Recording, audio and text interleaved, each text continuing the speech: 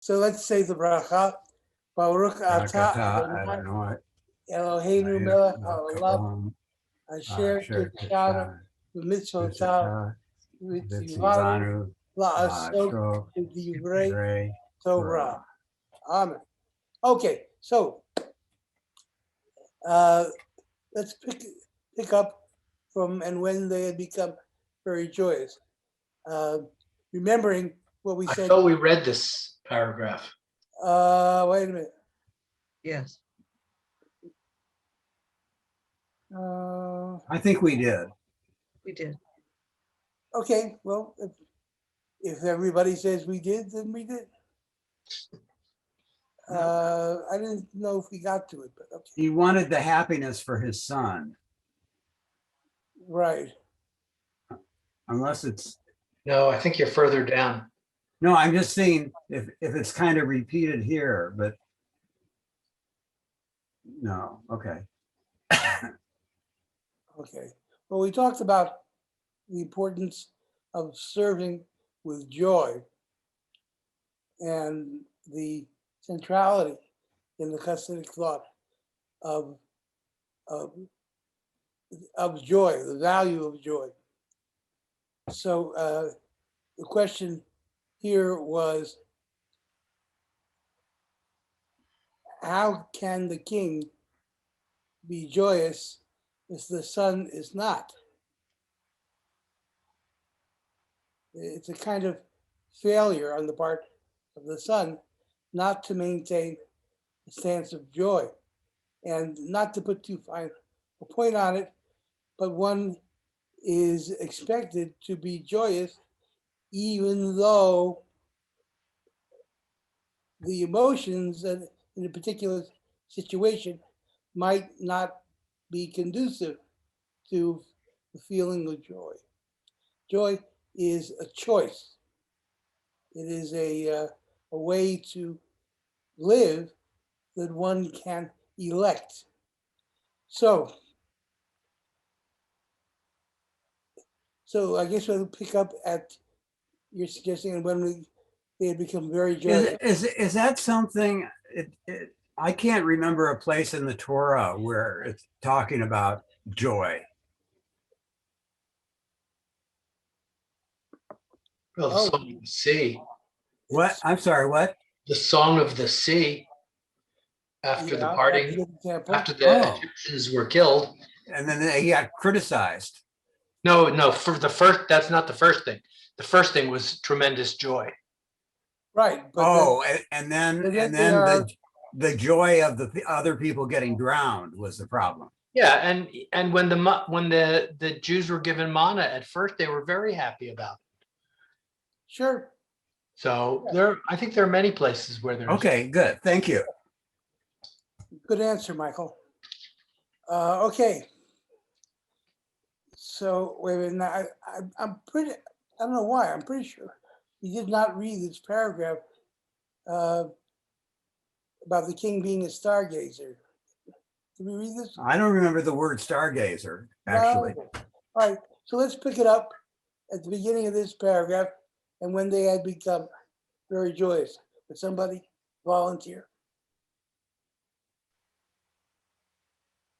Oh, I'll read. Okay, you're on. And when they had become very joyous, the king stood and said to his son, being that I am a stargazer, I see that in the future you are to fall from the kingdom. Therefore, see to it you do not have sadness when you fall from the kingship. Be only happy. And if you will be happy, I will also be happy. But if you will have sadness despite this, I will be happy that you are not king. For you are not worthy of kingship once you cannot maintain yourself in happiness when you fall from the kingdom. But when you will be happy, then I will be exceptionally happy. Well, this is the prototypical Jewish parent, or maybe just the Jewish mother. If you're happy, I'm happy. There isn't a more Jewish parental sentiment than that. Why is the king's happiness dependent on his son? I think you asked that last time, and I said because he loves him, something like that. Well, it's true that he loves him, but it's not quite the full answer. So, Michael. so if, you know, last time I think we were talking about the fact that the king sort of is a stand-in for God. Right. God is happy that we are human, that Yes. we do the things that are rewarding to us, and we do the things that are not so rewarding. Right. And when we do something that's not rewarding, and this is a very Hasidic view, then there is something for us to learn in that not rewarding, to refine our personalities, refine our souls so that we become closer to God. It's an explanation for why the negative or the evil exists in the world. That in and of itself, it provides an opportunity for growth and learning. And it depends entirely on your attitude. Yes. You can learn nothing from the vagaries of life if you choose to see no value in them. We have the same idea in Buddhism, where the best realm is the human realm, because you can suffer and then you can find your way out of that. Well, this isn't quite the same, but it's in the same area code. Yeah, because area codes don't mean the same thing anymore these days, Kerry, because of cell phones and people moving and taking their. I mean, I have a 617 area code. I'm not in Massachusetts. Yeah, I understand. You're quite right. It's an Maybe old code. maybe zip code. Maybe zip code. Yeah. Although, you know, I come from New York, and the zip code was 100 and then 2 digits, depending on where in the city you are. But there are now, I don't know, 15 or 20 zip codes in New York City. Yeah, well, gerrymandering's important. Okay. We have learned something from the Republicans. I think gerrymandering was originally put in by the Democrats in the 19th century. Yeah, it comes from a governor named Elbridge Gerry, but his name was actually pronounced Gary. I don't know why, but it was. And he was the one who initiated it. And he was a Democrat. You're right. Yeah. Okay. So,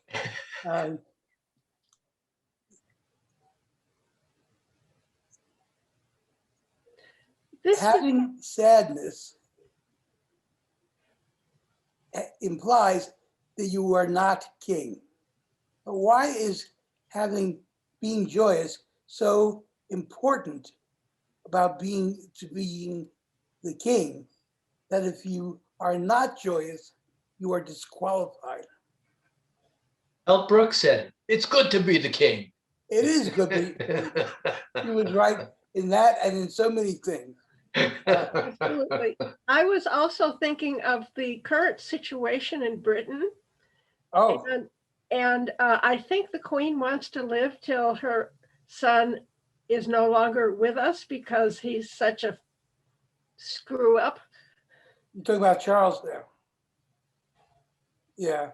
Well, and so she will be happy. She is happy that he is not king. I think that she's made that clear over the years. It goes with this. And I think a lot of that has to do with his affair with Camilla Balls, who evidently must be some really vile person. In the context of the royal family, you've got to be a really bad person to be disqualified from being a public part of the royal family. So, all right. Well, why is joyousness so important? The king has to be joyous. How is a lack of joyousness a disqualification?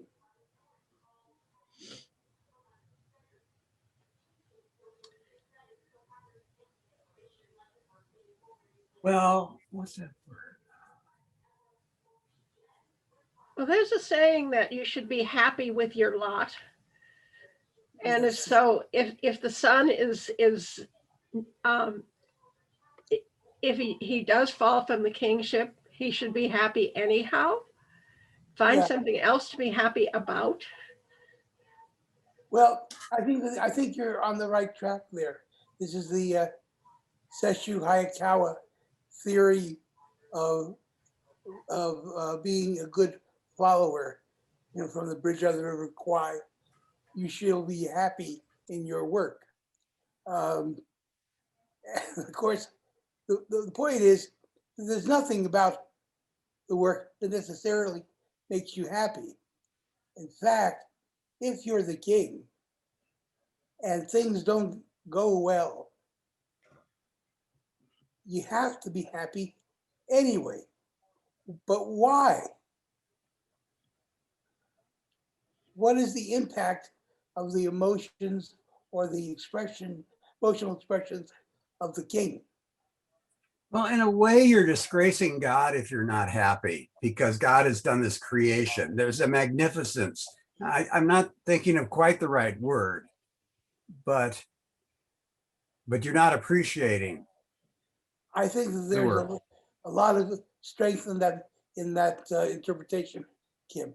I mean, it is in a way a kind of discounting of what God has done in creating the world.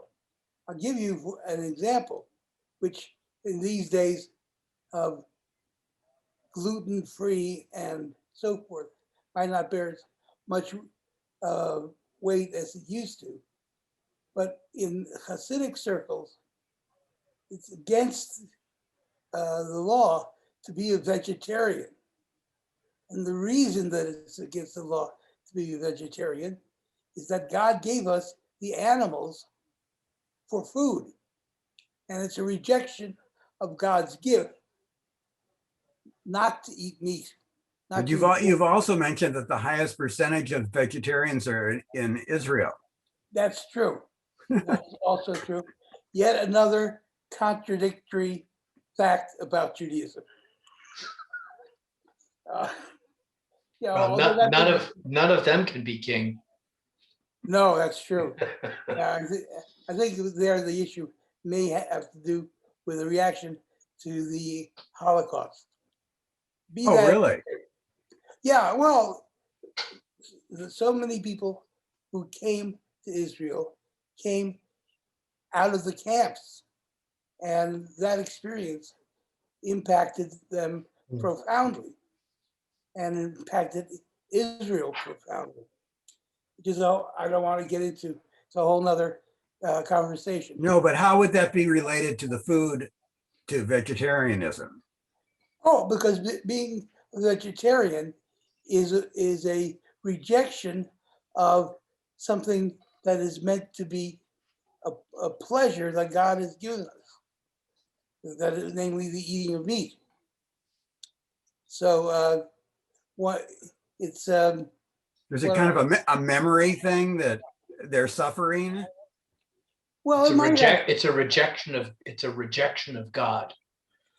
If there was a Holocaust, how could there be a God? So therefore, yeah, I see.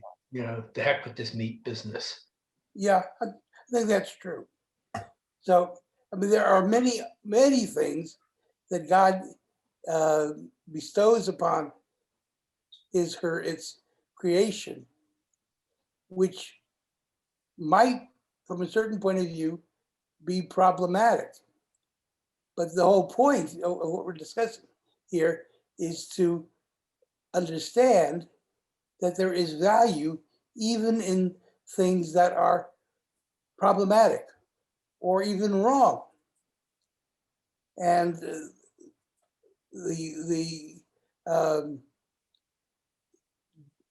task of us as human beings is to find, why the heck do we have to do X?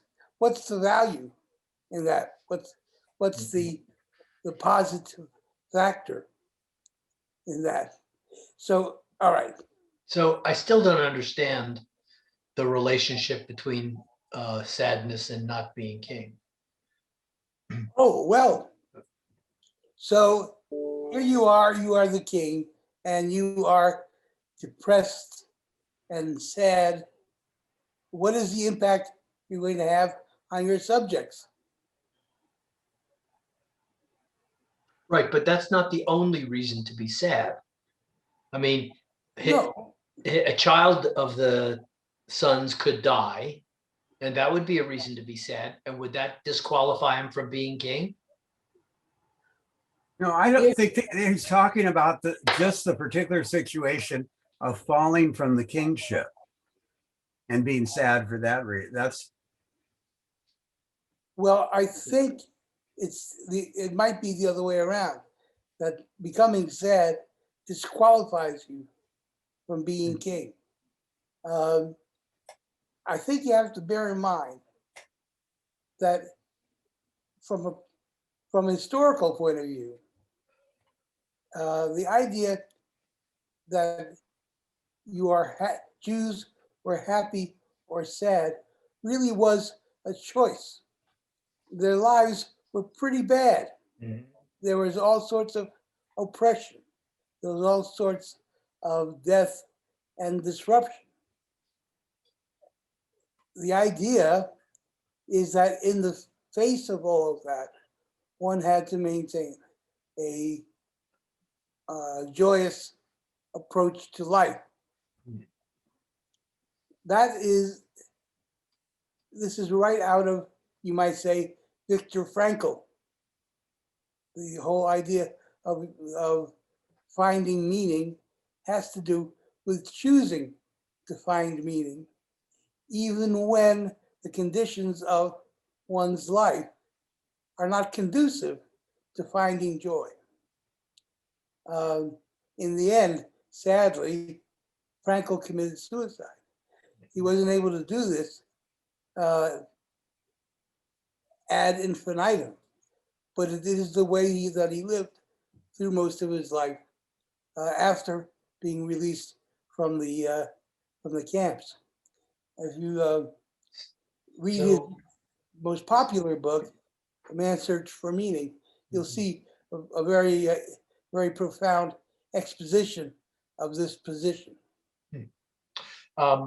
So that's very interesting. My cousin is Chassid, Okay. and he's been very religious all his life, and he has a joyfulness about things, and is always saying Baruch Hashem. Yes. And no matter what happens, God will take care of everything. It'll Yeah. all be okay in the end. And I think that's it's an great. infectious joy, because it's not something that he positions himself for. It comes out of the inner person that he is, and it's always a pleasure to talk to him. Well, I think that this is a very good example, because it emphasizes that being joyous or not is a choice. And you can look at your situation and see in even the worst situation some kind of value or some kind of emotional succor. But that is not obvious to everybody. Yeah. In fact, most of the people in my family would not understand any of that. Yeah. I don't know what your families are like, but in my family, being upset and unhappy with the way things are is sort of the sine qua non of family membership. So I think I may have mentioned when we spoke last time, there's the song, as the rabbi dances, so dance all the Oh, right. Yeah. as the rabbi laughs, so laugh all the Hasidim. And this is a related idea, that when it comes to the king, sadness or joy is not just personal. It is communal or social in nature. It has an impact on the community. And that is a defining or limiting condition of the emotions of the king or of the rabbi, for that matter. So you have to be happy or joyous, even when that is in contradiction to how you personally feel about something. So it puts a very heavy weight on the shoulders of the king to recognize the full extent of his impact as a king, what he chooses to do or not to do. One of the lessons which has not been learned by the royal family in Britain. Okay. So it is understandable from this point of view that the king is going to be impacted by the choices that are made by his son. And that's what we're reading about here. But let's move on. So just one last thing. The realm in which the king operates in this regard is not from happy to sad. It's not that spectrum. It's from happy to exceptionally happy. That's right.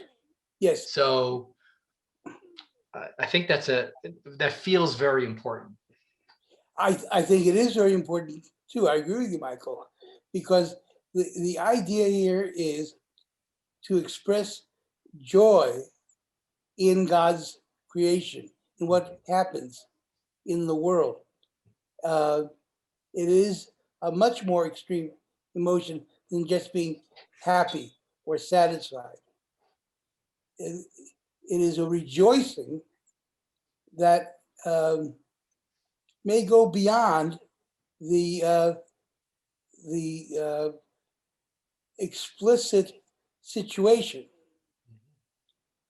If you read some of the commentaries by rabbis who were in the concentration camps or the death camps, and you read their accounts of observing Passover, using the little pieces of bread that they would get from the Nazis, you get a sense of what this kind of life might be like. Okay, so let's pick up the next paragraph if everybody is ready. And can I get a reader?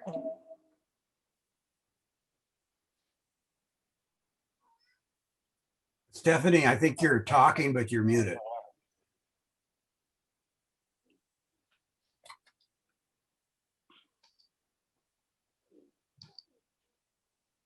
Okay, I will There you pick are. up the read. The son of the king accepted the kingdom high-handedly, very sharply, and he appointed his own nobles and dukes and princes and soldiers. And this son of the king was sophisticated and loved wisdom very much and had by him very great intellectuals. And whoever came to him with some piece of wisdom was by him in a very great esteem.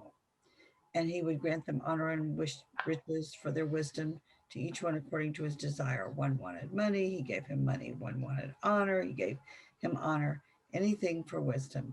And because studying was so important to him, everyone occupied themselves with wisdom, and the whole nation dealt in philosophies, kochmot. For one who desired money did so in order to receive money for it. One who desired status and honor did likewise. And because all of them were busy only with philosophies, therefore they all forgot there in the country the strategies of war, how to conduct a war. They were all busy with philosophies until all the citizens were great scholars, so that the least one in that country would be more learned than all the people in another country. And the wise men in that country were extremely great scholars. And because of their learnings, these wise men of that country became heretics and drew also the son of the king into their thinking. And he also became a heretic as well. However, the rest of the people did not become heretics, for there was great depth and subtlety in that wisdom of the scholars. Therefore, the rest of the citizens were not able to enter into that wisdom, and it did not harm them. But the wise men and the son of the king became heretics. Okay. This is a very complicated little section. Wow. So how can it be that wisdom is a negative factor? How is it that wisdom can undermine the value of life for people? So I think we use the word wisdom in a different way from the way it's being used here. Okay. I think we think, or at least I tend to think of wisdom traditions where there is a more spiritual quest and a path that takes place. I think what's being described here sounds more like an intellectual path, where you know all the philosophies of Judaism or all the philosophies of Buddhism, but they don't really affect how you conduct your life. Yeah, one of the things that is emphasized in this paragraph is how the wisdom that is gained by the son of the king and by the son of the king is something that is disconnected from practical wisdom. How to, for example, how to conduct a war, if God forbid a war is necessary, or who is to be chosen to rule, to take on certain offices. The prince, that is to say, the new king, chooses all his own dukes and advisors and so on and so forth. But we are not given any of the criteria that he used in making those choices. I'd like to try a different angle, and that's the one of idolatry, that if wisdom could lead you to thinking you understand God. That's good. And I So would add to that, if you can't prove it, it isn't real. And so you can't prove that God exists and this is intellectually, then there's no God. So you'd lose God in either case. Yeah. There's another little aspect to this. I think there's an indirect jab at the hierarchy of the leaders of the Hasidic movement, because at first it was done, it was passed on to the person who showed the greatest wisdom and understanding of what the Baal Shem Tov and the study of the Sfirot, all of that stuff brought. And then eventually it became, no, it's got to be my son who's the one. And it didn't matter that they were not the wisest person around who should be the one leading. So I think this is also a dig at that system. well, I think I agree with you that there is a dig here, but I don't think it's at the expense of the Hasidic leadership.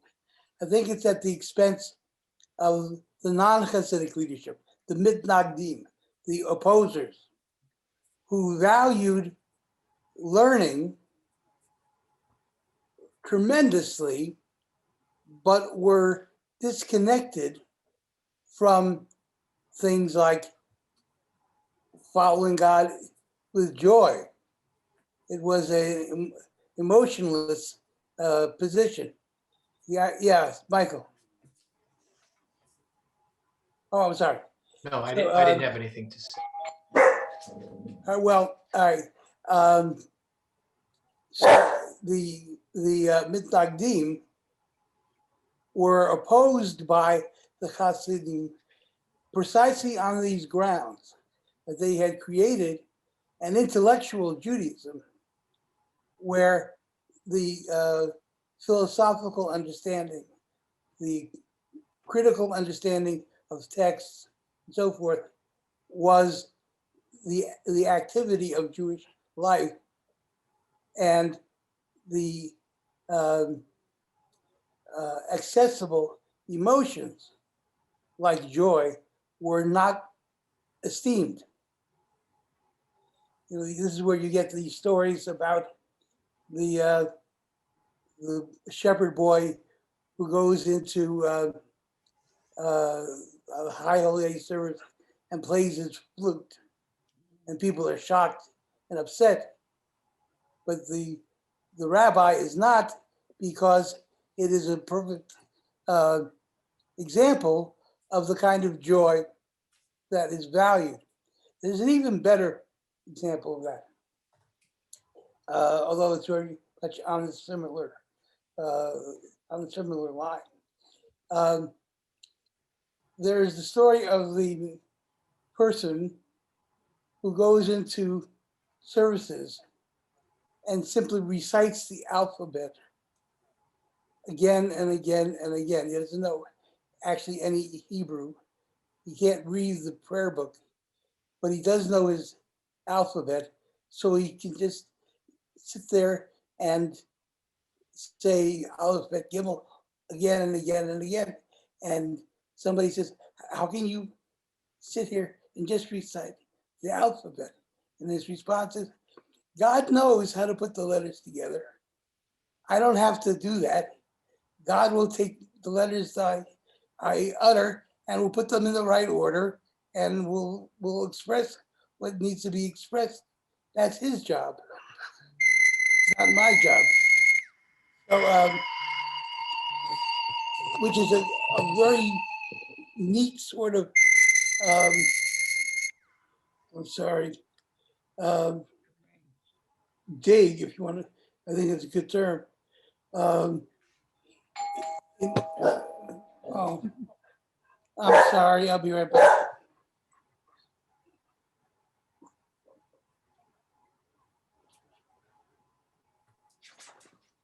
Did any of you ever experience an elder in your family talking scornfully about Litvox?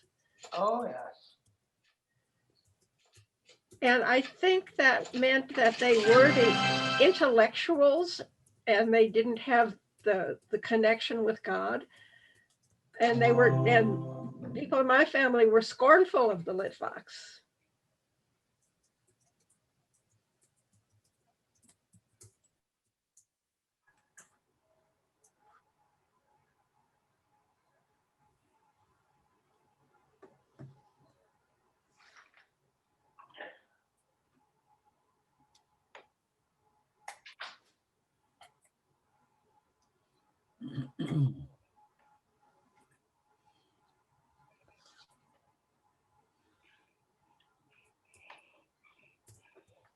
I'm sorry, I've given up on reminding them that on Fridays from 12 to 1, I have a class. It seems beyond the capabilities of these folks to remember that. So I apologize. Okay.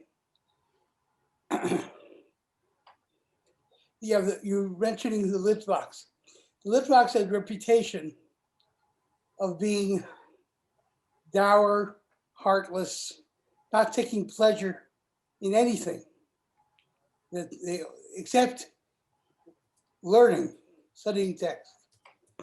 And this is why they were called by the Hasidim mitnagdim, which means opponents, because they opposed this essential idea of the Hasidic groups, which was a kind of populist idea that you could be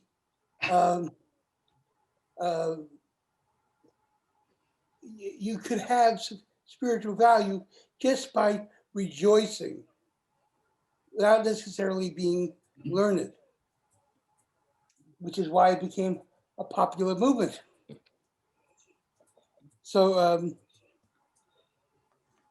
in this context, the idea that the new king, the former prince, was espousing a kind of wisdom which in critical places was disconnected from the realities of life, was a problem. He was arguing for a kind of Jewish spirituality, if you can even call it that, which was divorced from the emotional content.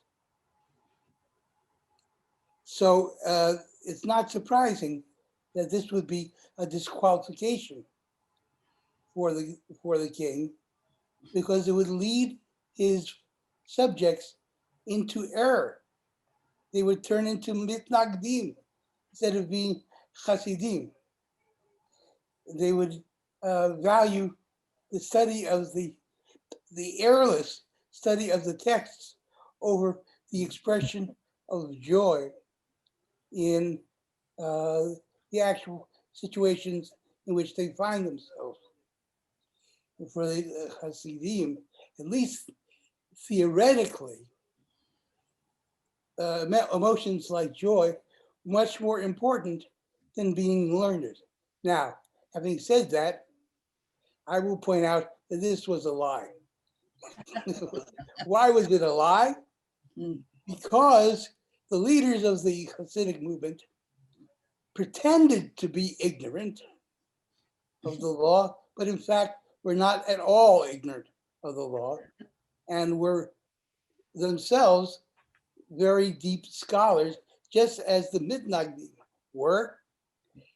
But the difference was in their teaching to their followers, they emphasized the emotional content and kept the intellectual content, you might say, to themselves, and didn't demand it of the hoi polloi. You could be a member of the hoi polloi and be counted a wonderful Jew just by being joyous. That's all you had to be. And if you go to, even today, some, the Rebbe's tish, the rabbi's table, and you are, there might be a bunch of scholars sitting at the table, but in the room, there are all sorts of people, most of whom are not scholars. And although the Rebbe or one of his lieutenants will give a learned drasha, as soon as that's done, what do all the people assembled do? They start to sing and Get up bang and the dance. table and so on and so forth. Yeah. And that's as valuable as the learned drasha. If you want to see a good example of this, which is actually well represented, there's you can look at the movie version of what is it called? The novel by Chaim, what's his name there? Chaim Potek? I'm sorry? Chaim Potek? Yes, thank you. And it's about his son, who is supposed to become the next rabbi, but he really wants to be a psychologist. And he becomes friends with the son of the director of the Jewish Theological Seminary, which is already a terrible thing. And, it's actually a very good movie. Rabbi Benson stars as the son of the Rebbe, and by the way, it's the Satmar Hasidim were being pictured. The point being, the terrible discontinuity between two different kinds of knowledge, and the association of one kind of knowledge with one sort of emotionality, and the other kind of knowledge with a different kind of emotionality. In any event, there's a scene where they have the rabbi examines his son, Rabbi Benson, It's a Shabbat ritual. He gives his learned drasha in which there will be a mistake. And the son has to wait for the mistake. And is successful if he recognizes what the mistake is. And then the pressure is off. He says, by the way, it wasn't Rabbi so-and-so, it was Rabbi so-and-so who said this. And everybody is happy and claps their hands, so forth, because the young prince has demonstrated the depth of his knowledge. It's a very interesting scene. So if you haven't seen that movie, I recommend it. We have that phrase about being in an ivory tower, and maybe that's closer to this to the problem here. Yeah, I think that's disconnected with the like ordinary life. Yeah, I think that's a very good analogy. The idea being that wisdom without practical effect is of limited usage. And in fact, the rabbis all the way back to the early rabbinic texts, such as in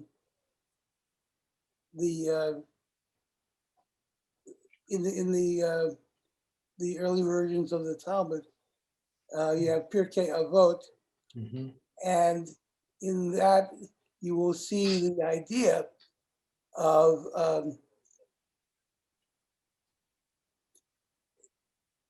wisdom without roots is not so valuable, as the rabbis would say. There have to be roots. All right. So giving people who don't have any practical wisdom what they want is not necessarily upheld here as a very valuable thing. Somebody wants money, you give them money. Somebody wants honor, you give them honor. This is on the assumption that people know what they want and what they need, which I don't know what your experience of life is, but my experience of life is that people rarely know what they truly want or need. And there is an echo here. I mentioned it earlier that there is a connection to the story of Purim. And you see it here in particular. What can you think of what the passage from the Megillah of Esther might impinge on this particular passage?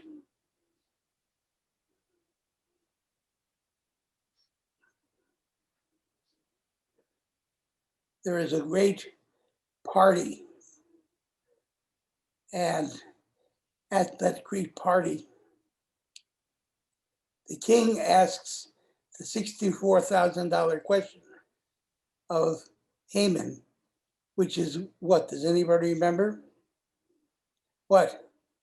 What would you do to the enemy of, I guess, of the queen? I don't remember, of my beloved queen. And that leads to Queen Esther revealing that she's a Jew, blah, blah, blah, blah, blah. Well, actually, that's not particularly the question that gets asked. The question that gets asked is, what would you do to the man who the king delights to honor? Okay. More specific. Right. And Haman, of course, thinks that the king is talking about him. Who else is worth honoring if not Haman? So he says we should lead him around on a horse and so on and so forth, give him a crown.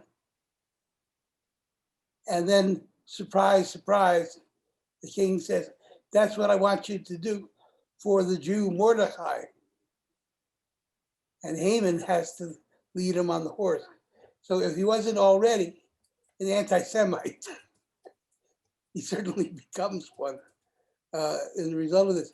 And the idea being, I think, the arrogance and the narcissism of Haman. And one of the reasons I want to bring this up is that since we're talking about personal and spiritual growth, I want to point out the dangers of narcissism and self-centeredness in the process of trying to grow. How do I put it? It is easy to be tempted to think that we really accomplished something instead of being humble about it. That's not so rare in life in general, but I think it might be even more common when you're dealing with people who are trying to elevate themselves spiritually. Now, I say this with of course, with a jaundiced eye, but I will tell you that as a rabbi of more than 40 years, I had come to know many, many people who think that spiritually they are really hot shit. And more often than not, they wind up on the board of synagogues.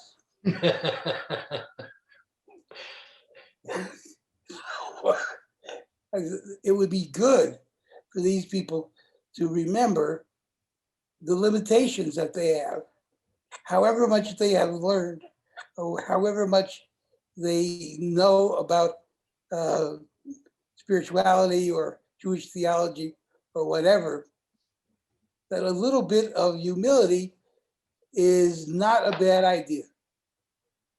Yeah, Judith. Bieber has been on the board. He's been president twice. And he said he always wondered, he was amazed at these people who ran wonderful, big, large businesses, how they became absolute idiots when it came to running the synagogue. It's a totally different thing. I totally agree with Bieber. It's one of the many reasons that I respect Bieber so much.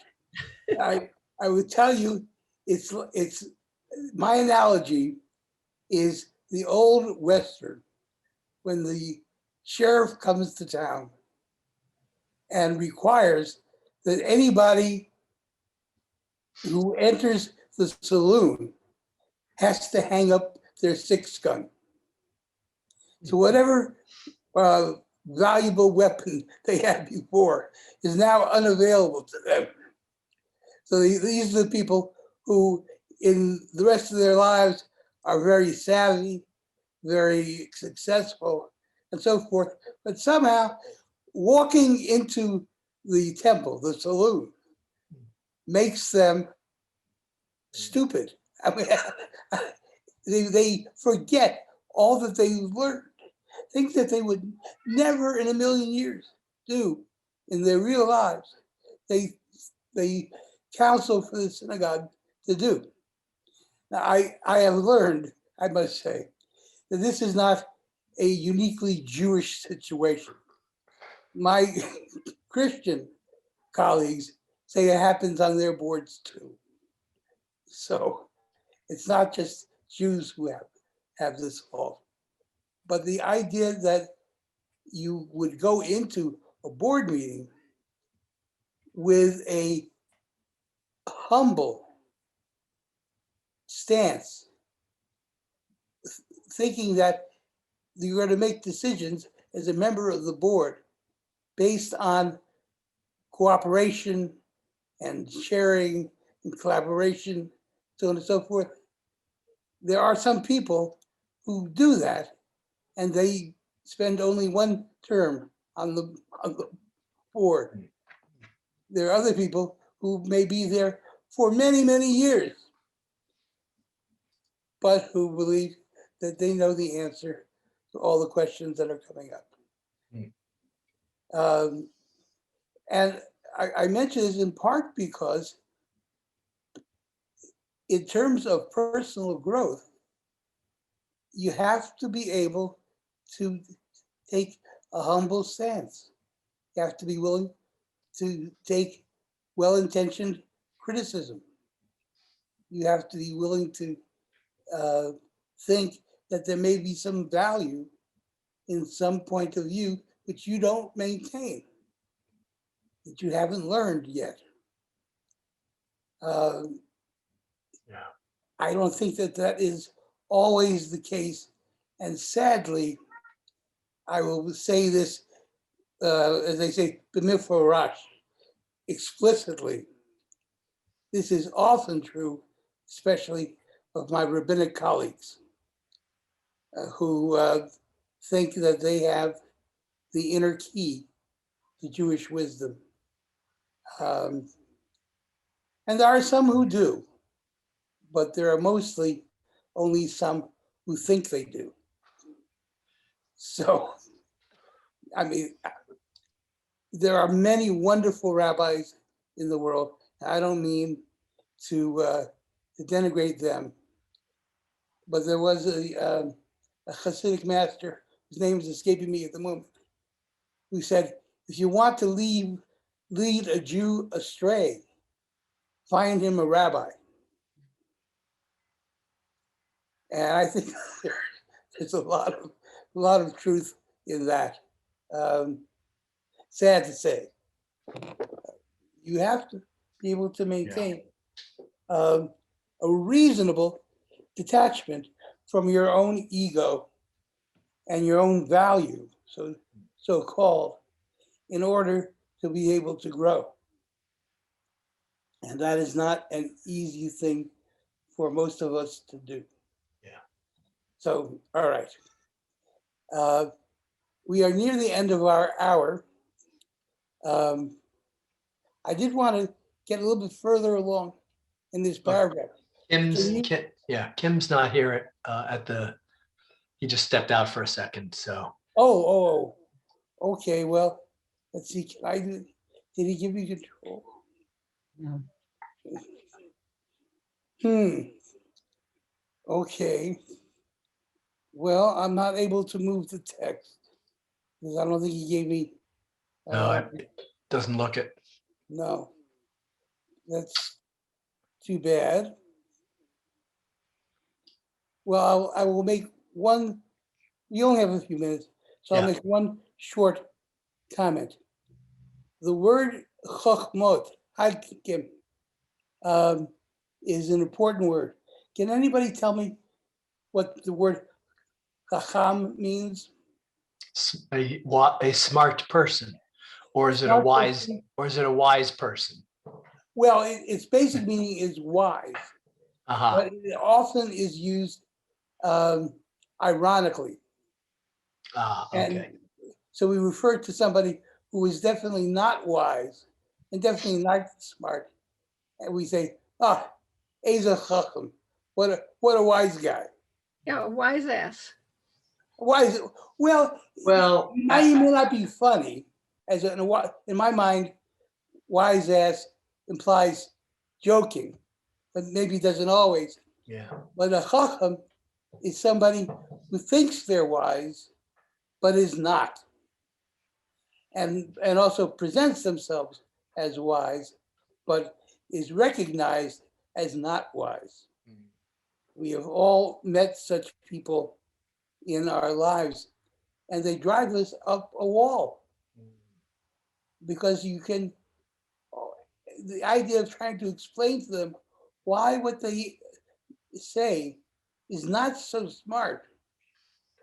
This is a very frustrating enterprise. I have to go now. Well, we're at the end of our hour. I have a 1 o'clock. Okay, well, we'll stop here. Thank you very much. You're quite welcome. Thank you so much for being involved, and have a nice 1 o'clock, Kim, And and Shabbat have a good Shalom. Shabbos, everybody. Yeah. And we'll see you next Friday. Yes. Bye-bye.